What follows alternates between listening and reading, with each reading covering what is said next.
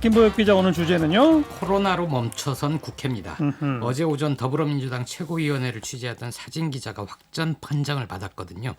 민주당 지도부와 현장 취재 기자 등 50여 명이 지금 자가격리에 들어간 상태입니다. 네. 박병석 국회의장이 어제 여야 원내대표와 정례 모임을 하는 날이었거든요. 김태년 원내대표가 최고위원회에 참석했다가 이 자리에 갔으니까 마찬가지로 간접적인 영향을 받는 거죠.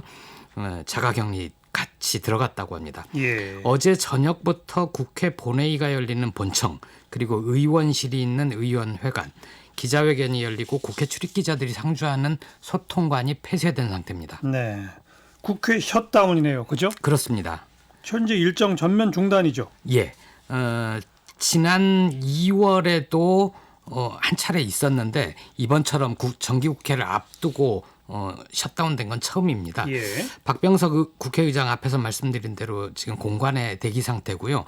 최악의 경우에는 다음 주 화요일 9월 1일에 개막하는 정기국회 의사 일정마저 영향을 받을 수가 있습니다. 예. 오늘 예정됐던 법사위, 기재위, 외통위 9개 상임위에서 결산 심사를 하기로 했었는데 모두 연기가 된 상태입니다. 아무래도 민주당이 가장 타격이 큰데요. 민주당을 포함해서 미래통합당, 국민의당, 정의당, 열린민주당 등 원내 정당들이 모두 공개회의 일정 전면 취소했습니다. 이 시설 폐쇄 결정은 원래는 29일, 오늘 하루로 하려고 했었는데 29일 토요일까지 연장을 했습니다. 왜냐하면 가급적 그 사이에 모든 방역을 완벽하게 마친 뒤에 9월 정기국회는 예정대로 하기 위해서인데요.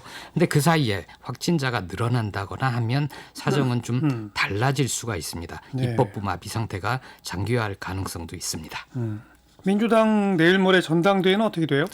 일단은 온라인 형태로 진행한다는 겁니다. 근데 이제 엎친 데 덮친 격이 돼버렸죠.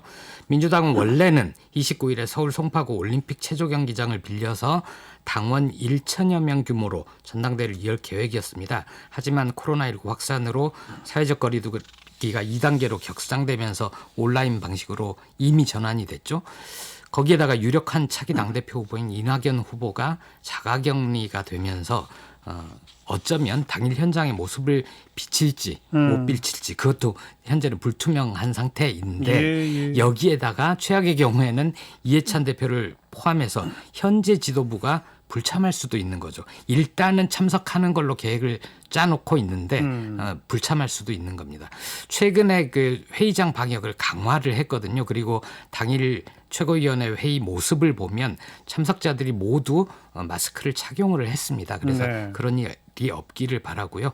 현재까지는 29일 온라인 방식으로 진행한다는 입장에는 변화가 없지만 흥행에는 이미 빨간불이 들어온 상황입니다. 그렇죠. 네. 그 확진 판정을 받은 기자의 주요 동선이 겹치지 않은 민주당 최고위원들은 일단은 오늘 검사에서 능동 감시자로 분류가 됐습니다. 강훈식 대변인이 이렇게 얘기를 했는데요. 회의장 밖 비서실 관계자 그리고 원형 테이블에 앉은 최고위원, 회의장 출구 부근에 있었던 당직자들은 모두 능동감시자로 분류됐다. 능동감시자는 질본 지침에 따라서 29일까지 자가격리를 한 뒤에 진단검사를 받게 되는데 예. 오늘 바로 진단검사를 받고 음성일 경우에는 일단 격리에서 제외된다. 물론 제외되더라도 최대한 그 자제를 해야 되는 거고요. 전당대회에 참석할 경우에도 31일에 다시 검사를 받아야 된다고 합니다. 통합당 쪽도 뭐 취소하고 그런다면서요? 예, 변화 모색 중인 통합당도 여파가 끼쳤습니다. 오늘 회의를 열어서 다음 달 초에 중요한 회의 일정을 잡으려고 했었거든요. 그 당원 정강정책 새 당명 이런 거 결정하는 상임 전국위원회를 잡으려고 했는데 오늘 회의가 미뤄지면서 다시 일정을 잡기로 했습니다. 국회 마비 사태인데 당명 새로 정하는 게 정한다고 한들 분위기가 나겠느냐 이런 얘기가 나오고 있습니다. 네.